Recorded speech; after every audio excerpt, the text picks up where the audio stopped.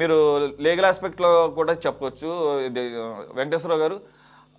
ఈ రకంగా ప్రభుత్వం ఇప్పుడు లేదు కదా, నాకు సౌకర్యాలు లభించవు కదా అని దొడ్డిదారిని ఈ రకంగా అక్కడున్న వైద్యుల్ని మ్యానిపులేట్ చేశారని, అలాగే అక్కడ ఉన్నటువంటి కూటమి నాయకులు కొంతమంది ఈయనకు సహకరించారని చెప్తున్నారు. రాజమండ్రికి సంబంధించినటువంటి వైద్య బృందం అయితే అవసరం లేదని చెప్తే బ్లడ్ టెస్ట్కి కూడా ఇవ్వడానికి నిరాకరించినటువంటి ఈ వ్యక్తికి వ్యాధి నిర్ధారణ చేయకుండా ఏ రకంగా హై ప్రోటీన్ డైట్ని రికమెండ్ చేశారు.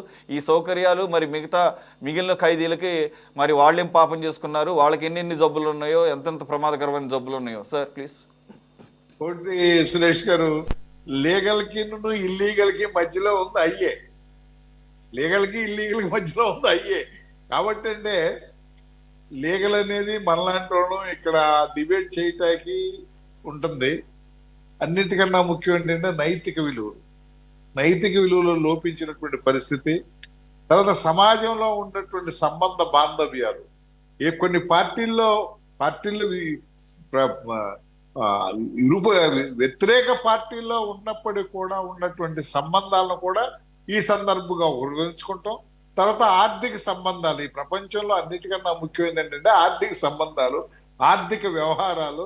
అది ఆ ఆర్థిక వ్యవహారాలు వైట్ లోనూ జరుగుతున్నాయి, బ్లాక్ లోనూ జరుగుతున్నాయి, టేబుల్ పైన జరిగాయి ఉంటాయి, టేబుల్ కింద జరిగాయి ఉంటాయి. ఇట్లాంటి ఎన్ని జరుగుతున్న పరిస్థితుల్లో మనం రాజు తలుచుకుంటే దెబ్బలు కొదవ అన్నట్టు ఆయన డబ్బులు ఉన్నాయి, అలవాటు పడిపోయాడు.